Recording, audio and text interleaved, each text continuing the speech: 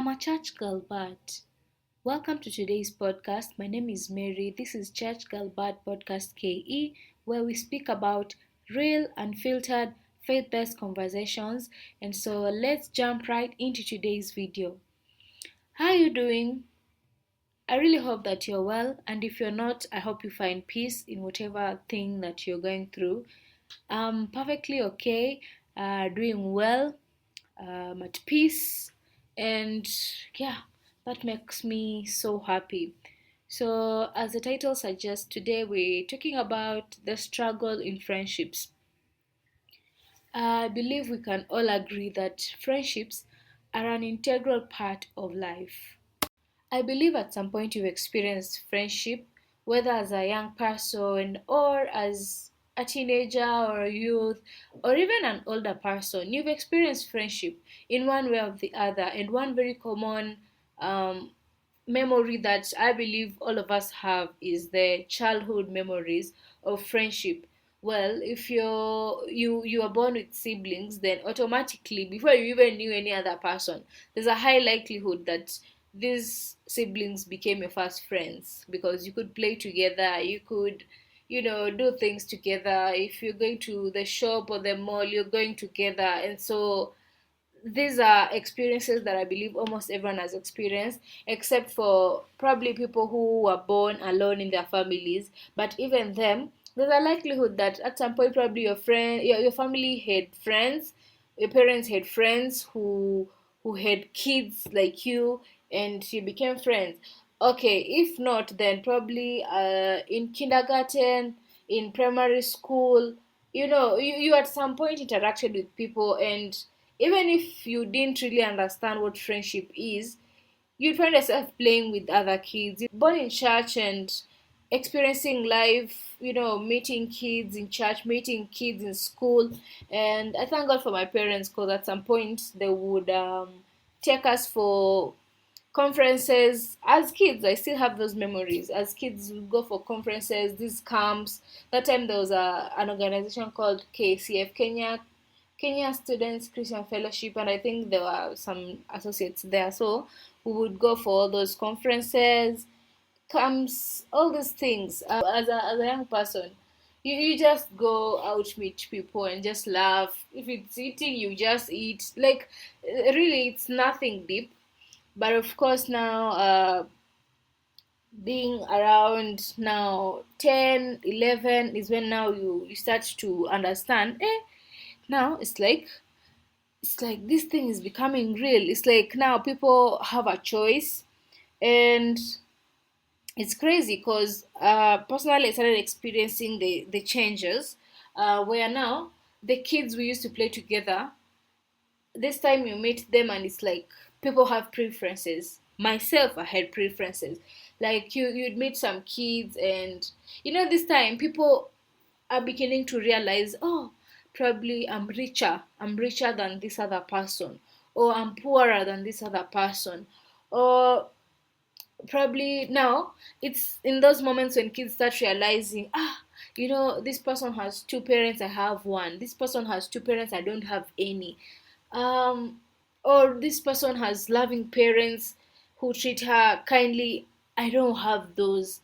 you know Adolescence is also there, so really so much is going on. And during adolescence also, like, you might not be very close with your parents or guardian, because it's like almost everything you feel like doing that time, your parents are likely to tell you not to do it. So you are likely to really now start relying on friendships. And that was also my experience. And it is during that time now that I had friends, yes. I had people who I could trust, but okay, they're not much deep secrets. But now, growing up, I'm realizing that there are people in those stages, like now at around 10, 11, they're already like who are in very messy friendships, very messy situations, very messy, doing messy things. And honestly, no judgments because everyone has their own journey. But all these things at some point they shape who you are as an adult. Fast forward to after primary school when the results are out now, which I consider a major divider. of friendships, because it is during this time when now you realize, hey, people are going to international schools, people are going to, people are going to national schools, people are going to schools that are considered less better in the society, people are going to even abroad. So many things are happening. People, some are even like, maybe they become parents. I mean, so many things happen during this time, and it's like, it's almost like now you're on your own as far as friendships are concerned, because this person who probably, even if your friendship, like your friendship was good, like in your primary school, now you're likely never to meet them again, because if you go to boarding school or day school now, somehow you'll never like be as close as you were in primary school, and they'll definitely now in high school meet new people. And you see in high school, which is also another world, because there you now meet people from very diverse backgrounds. During high school, I really tried to cultivate very meaningful friendships. Well, there was this experience where you'd find there are people who wouldn't want to be associated with you, probably because there's things you do or believe in that doesn't really match what they think or want to do. And the same way, I also found myself avoiding particular people or groups just because I don't agree with what they're doing, and I don't know. All those things are happening at the same time, but it wasn't like as, I don't know, as deep. At some point, I remember I had friends, and we intentionally like broke up after I realized that they were crossing some boundaries in my life. And so, yeah, and I also don't want to portray myself as this perfect friend, because there are also people who cut me off because probably I didn't do what they wanted. And, like in this case, now you're talking about very basic high school things, very basic things, eh? Now, depending on the environment you are in, there were always all these variabilities that would affect how people relate in school. And so that was my experience as well. I'll fast forward it to now after school, after high school, which is also a major divider of friendships, because now I don't know how and why, but I feel like even high school grades really, really, really affects how people relate after school. The right thing to say is that no, no, no, grades shouldn't affect how people relate. But even from my experience, there are people who immediately became less close. I feel like, after school, uh, it's like life just takes a different trajectory. When someone realizes probably they failed, even without telling them anything as a friend, even like without saying anything, they immediately begin to feel small and distance themselves from their friends. Or if it was a friend group, uh you find that if it was a friend group of 6 people, all of a sudden, like, it has become a friend group of 3 friend groups. Like now, two each of the friend group. Like, it's like now, it's like people pick their own and they divert based on even where they live. Like, you'd find if people are living the same town, they're likely to be closer than people who are living in different towns, and so on and so forth. And so these are vices that really affected friendships. And mine wasn't any different, because I had people who were close, but after results were out, I started feeling like they're trying to distance themselves from me. And this time it's a little bit confusing, because it's like now life is getting real.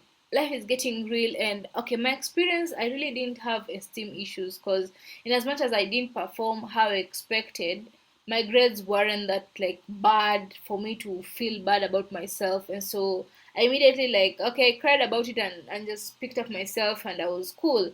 But now my experience with other friends, all of a sudden, like, I started feeling like conversations were becoming different, because now it's like you're trying to talk to this person, or rather, like, you're just trying whatever you want to talk about, and it's kind of normal to them, doesn't feel like it's normal. And it's not just one person, I'm talking about like a variety of people I considered friends. And like life just became different, and it's almost like, in as much as I really can't give details of what was happening, it's like now we see the world differently, because you see, in such a case the normal conversation would be, now what after this, going to campus, what after this, going to college, what after this, and so you could already feel a divider between people who are going to campus, like now university, and people who are going to college. I don't know, for some reason there are people who consider college less, it's like it's something lesser. And in as much as I don't see it that way, there's that thing at the back of people's minds based on now the points that you're expected to have to go to either of these.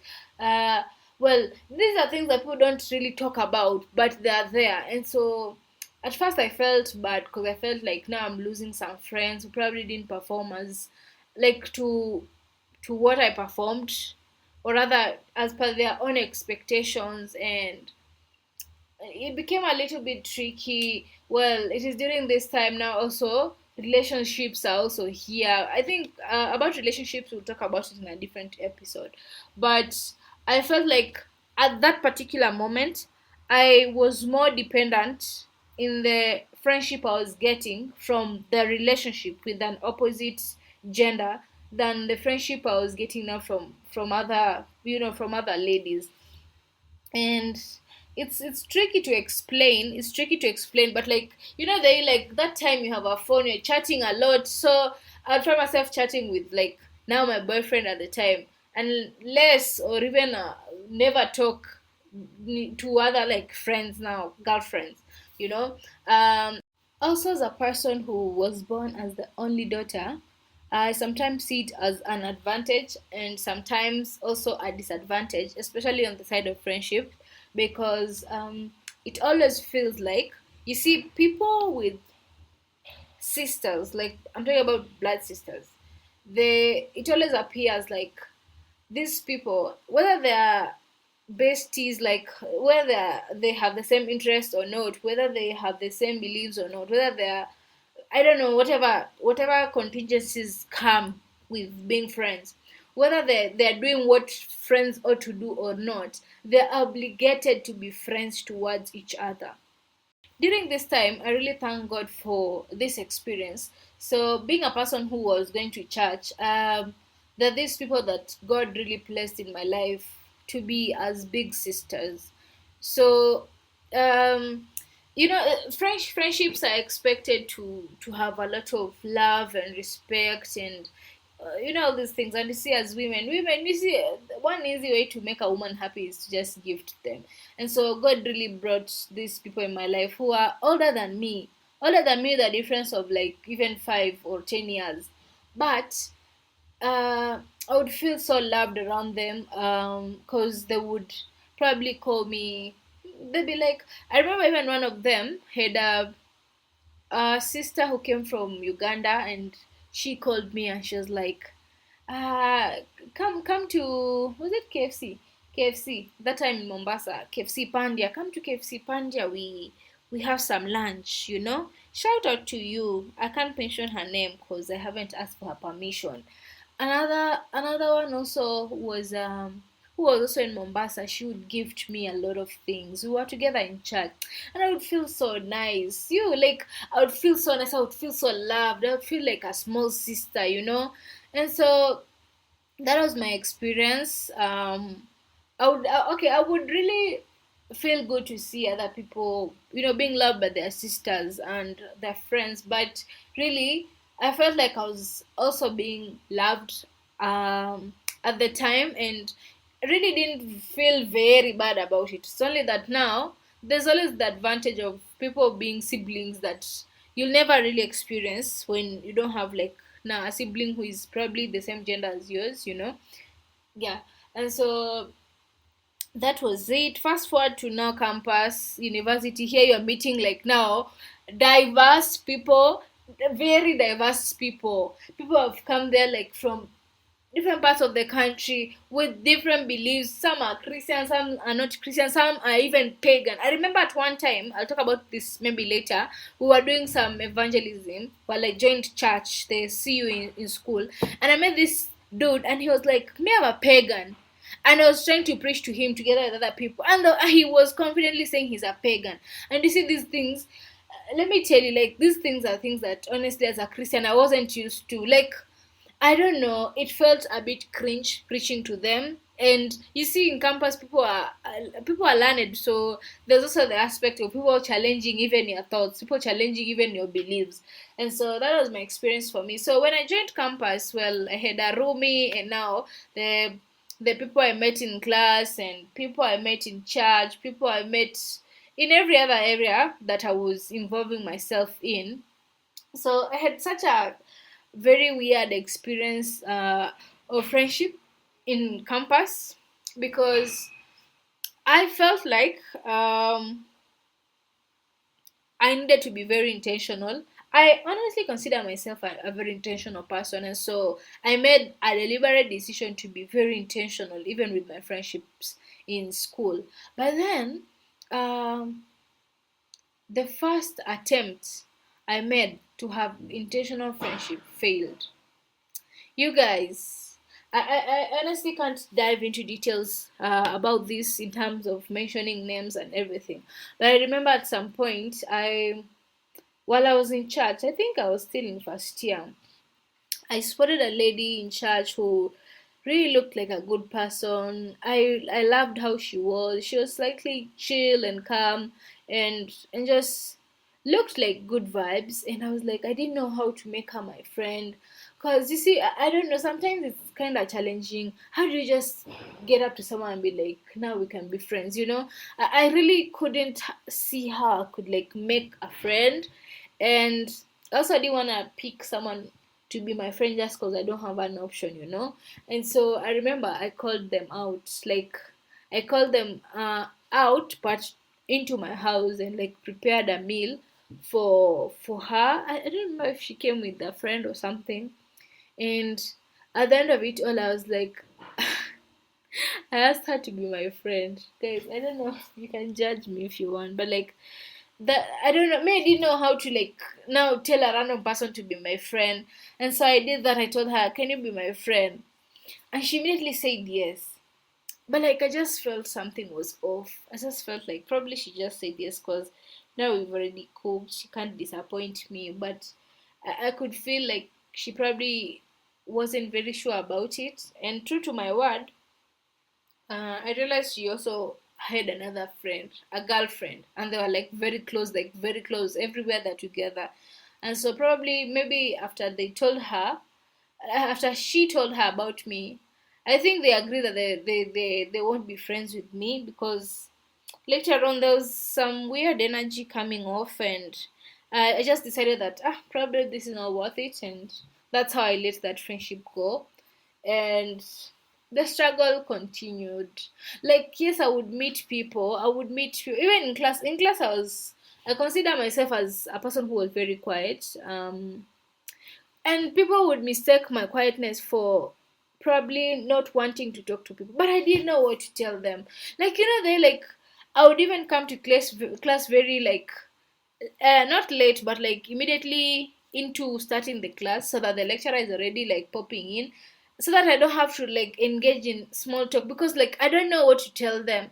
And I cannot force myself to say things when I don't even know what to tell them. And so mostly you'd find maybe someone is just saying hi, and I'll just respond. And then after that, I don't know what to tell them, you know? So that was my experience. I feel like as an intentional person, I really always struggle with small talk. And so that was my experience. So I really didn't have anybody I could consider to a close friend. Um, Now, my second and third year is when like I got serious with like church, and during those times, now you see in church, okay, in church there's this community that is fostered of friendship, because if you're in a ministry, you're likely to like you just know people, and you smile towards each other, you greet each other, so it almost comes out as friendship. And so that is what I was banking on. But also I also got other friends who are not really churchy, but I explained what churchy is to me in the previous episode 1. You can watch it. And so we also became friends. So we would chat and laugh, and they would really come out as a solace for me, honestly. Like, the people who are not so churchy, because, like, I don't know, it's like they unlocked some part of me that was bubbly and just happy. Not to say that in church I wasn't being happy. I was being happy, but like I felt like there was some level of, I don't know, it's not gloominess, but like there was some level of, I really couldn't find a person that we are like clicking, and like I can call them my friend confidently, because it almost felt like everybody already had a friend, and I just couldn't fit into all those things. And so that was my experience, and I really struggled with it sometimes, because you see, sometimes as a lady especially, you just want people around. And so if you don't get that, it feels like, oh, you sometimes question yourself, am I a bad person, or have I done anything bad? But in this case now, you're like, I can't always be the bad person. Obviously, maybe the other person also has done something wrong. So about this time, I also like got another friend who was now very churchy, and things still didn't unfold well with them, because at some point I felt like they were supposed to ask for forgiveness for something, and they did not ask for forgiveness. And for me, that really felt like, it really broke my heart. And I almost felt like, probably, even if you do everything right with someone, it won't change who they are. Or, if, I don't know, might never change who they are, might never really make any difference if they have not decided to do the right thing. And this was someone who I had very high expectations of them. I really can't go into details, but I just felt like we had a misunderstanding, and I knew she was in the wrong, but she couldn't apologize. Like, she couldn't say the word sorry. Like, sorry, SORRY. She couldn't say it. And so for me, I immediately like just knew, in as much as we are Christians, in as much as we are supposed to forgive, this person is the person who's supposed to actually ask for forgiveness. And I was torn between, really, do I allow this person to continue doing this over and over again without apologizing, or I just choose to just live, and I don't know, like, never have to experience that again from them. And the easy way was to act like I was on the wrong and just let them be.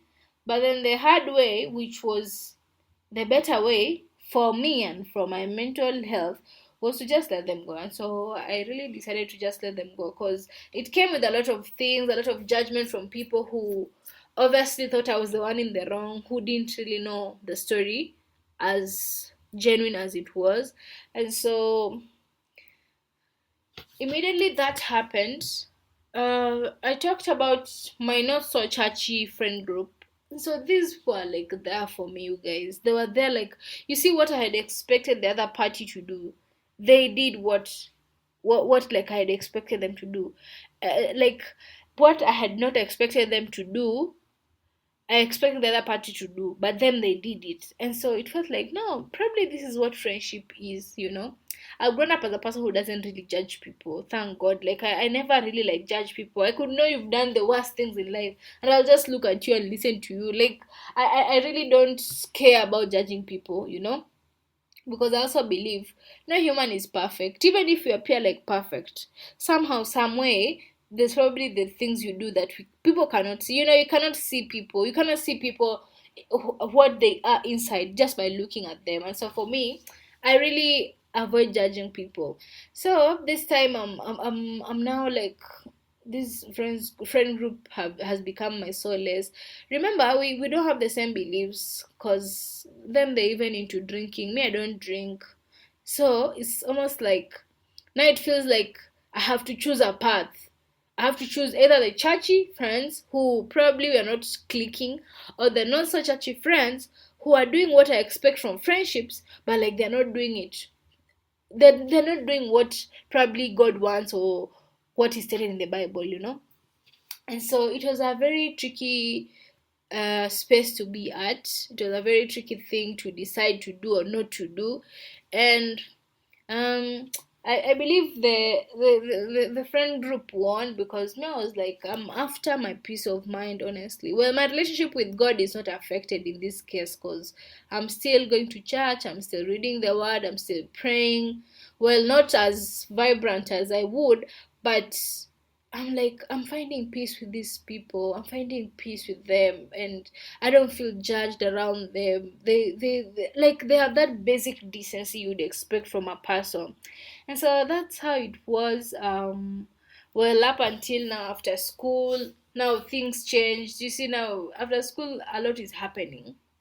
A lot is happening. People are working. People are at home. People are depressed. People, so many things are going on, and at some point, I feel like I have one friend who used to be on and off. Like at some time, they told me that they're jealous of me. Well, I was struggling with these friendships all through campus. We also, she was part of the struggle, so we cut links. But then she comes back to say that she comes back to say that she's apologizing for feeling jealous towards me, and that really broke my heart because I was like, what do you mean you're jealous? You're jealous of me? What are you jealous of? I couldn't really understand, and I feel like this was a friendship that I really invested on, and so a friendship that I invested on from a long time. I won't give details for that because, for their privacy, but like this is a friendship that I had invested on, and every time I felt like I did everything right, I didn't see the results of doing everything right. And so when the person confessed that they had been snubbing me, they had been, I don't know, avoiding me, it's because they're feeling jealous of me. Uh, I was confused. I was like, now what should I do? At the end of the day, I still decided to do what? I still decided to let that slide and just continue being a good friend. But then, you guys, it never stopped. It has never stopped till date. This person still feels jealous, and they'll stay for months and then tell me, I feel jealous about you, a girlfriend. You see, so it's a struggle, and honestly, I wouldn't say it has ended. The struggle has ended because I always even see adults talking about how friendships can be tricky for them, and so I don't know. There's something I'll read here as we wind up because I feel like I've talked so much, so much, so much. That has been my struggle for friendships. Well, this group also broke apparently under very unclear circumstances. The friendship group also didn't work out, and now you see after school, it's like now everybody has their life going, and so the friendship didn't last. It lasted, but it didn't last the test of time because it's no longer there, and so um again, all these friendships happening, there was also relationships happening. Something that I can't put all that information here, but I would say the moment I decided not to be in a relationship with an opposite gender is when now my relationships, even with other ladies, got affected because it almost felt like if I can't be in a relationship with this person, an opposite gender, I have to like cover it up with a friendship. But then now this friendship is also not working. I'm doing my best, but it's not working. And I would feel like people who wanted to be my friends at some point, they didn't want to be my friends because they love me. You know me, I'm a person who is genuine and intentional. So I always crave genuinity in people. So it always felt like these people, these people, they're not just like into wanting to be my friend. They're just attracted to the idea of being with me or around me. Now, don't misquote me. I'm not any better than anyone, but I believe I'm a good person. That's what I believe. If you don't believe that, honestly, that's not on me. But I believe I always try my best to be the best version of myself. And so it always feels like the people who want to be around me, not because they want friendship or they would want to contribute to the to the vices of like like doing what friendship requires. They just want to be close to me. Maybe they want something from me, or they just are excited about the idea of being my friend, but then they don't really want to pay the price of what friendship is. And so honestly, that has been it for me. And even now I still struggle with it. I'm a Christian. I know I expect God expects me to be loving, to be caring, to be patient, all those fruits of the Holy Spirit: love, joy, peace, patience, kindness, goodness, faithfulness, self-control. All those fruits of the Holy Spirit God expects of me. But then I always feel like I'm relating with real people in a real world, and things are not as, straight lines as we expect them to be.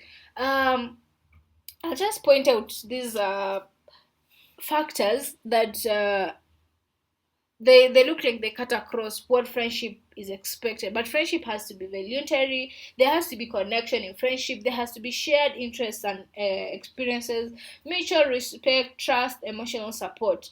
All these things are expected in a friendship. And honestly, until you begin to like look for genuine friendship, that's when you realize that these things are not as obvious as they appear to be. It's not at obvious that you'll meet people who have these things. It's not obvious that you yourself will be able to offer these things as easily as it appears. And so it's really a tricky thing. It's honestly a tricky thing. I feel like even now not hacked I've not hacked this friendship thing, because at some point I also broke up with a long time friend, and it was due to very many things happening. But my take of it is that at the end of it all, I had expected them to stand by me, and they did not stand by me, and they probably also had their own reasons for that. For someone who I had sacrificed a lot for, I expected them to sacrifice the same for me, but they did not, and that is how the friendship broke. Like, me, I was there for her when she needed me, but when now it was time for me to need her, it's like she couldn't take it. Well, I expected that for some reason, but then honestly, I don't know. That has been my struggle with friendships. And I don't know. You can still drop a comment. Like I said, we're on TikTok, Facebook, YouTube, and now podcast, all Spotify, all those spaces. You can just choose to drop a comment. How has been your experience so far? And how did you handle it? How was it for you? How are these friendships? How did you handle them? You know, how did you handle them? Because I've been in spaces where, this thing of sacrificing for friendships.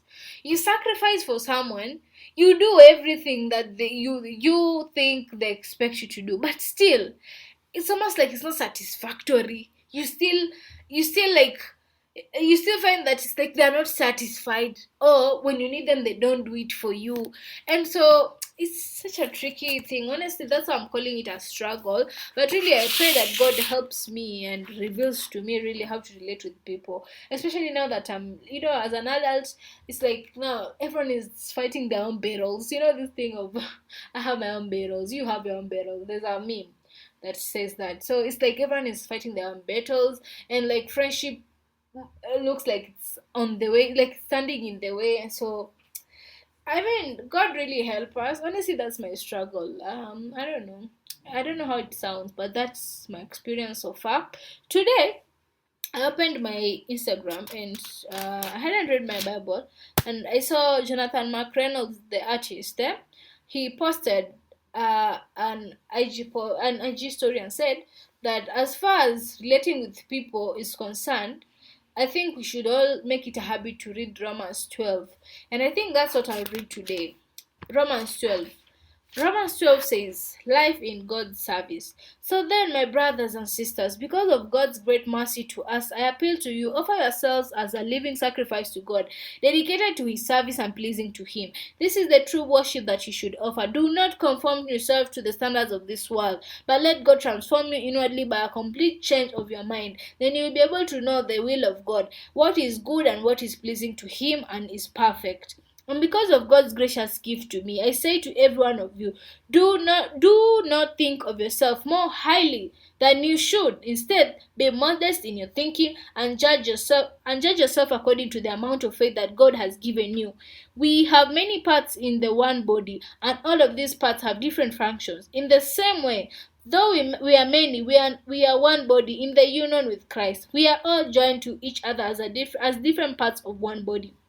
So we are to use our different gifts in accordance to the grace that God has given us. If our gift is to speak God's message, we should do it according to the faith that we have. If it is to serve, we should serve. If it is to teach, we should teach. If it is to encourage, we should do so. Whoever shares with others should do it generously. Whoever has authority should work hard. Whoever shows kindness to others should do it cheerfully. Love must be completely sincere.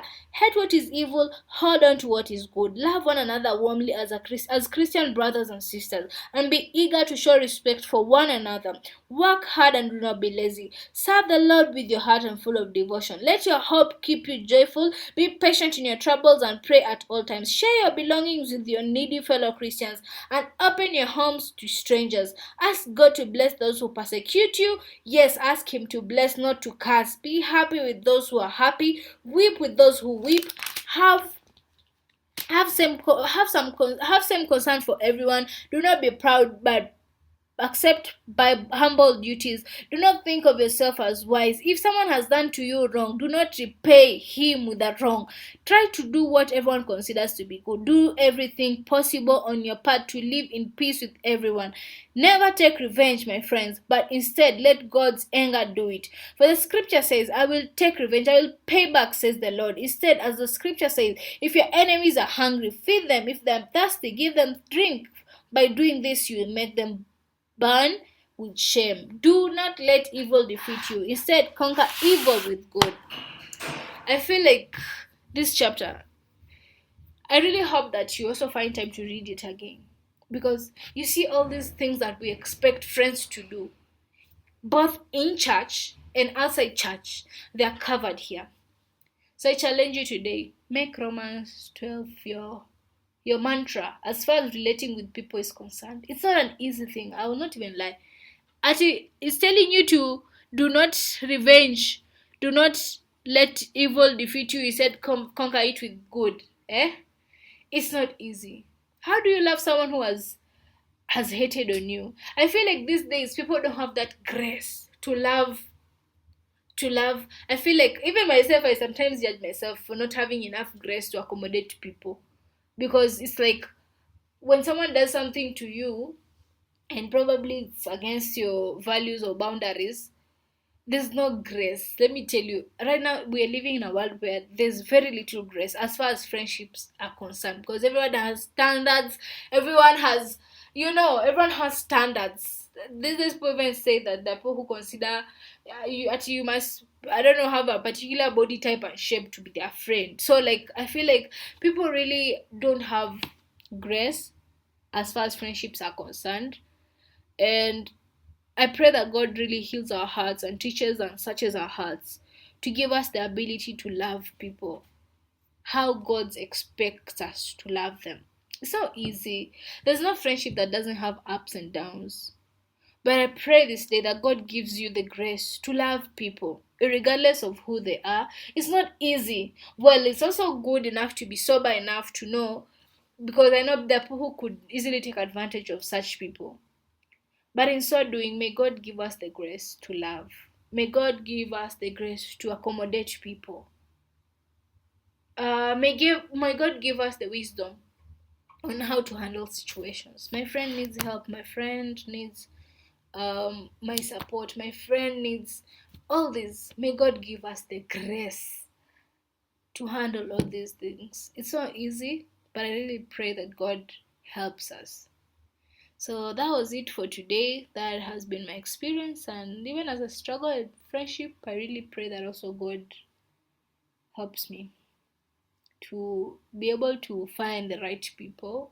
Yes, I desire like people who we could pray together and do stuff together and have fun together, and still talk about God together. That's the kind of friendship I desire.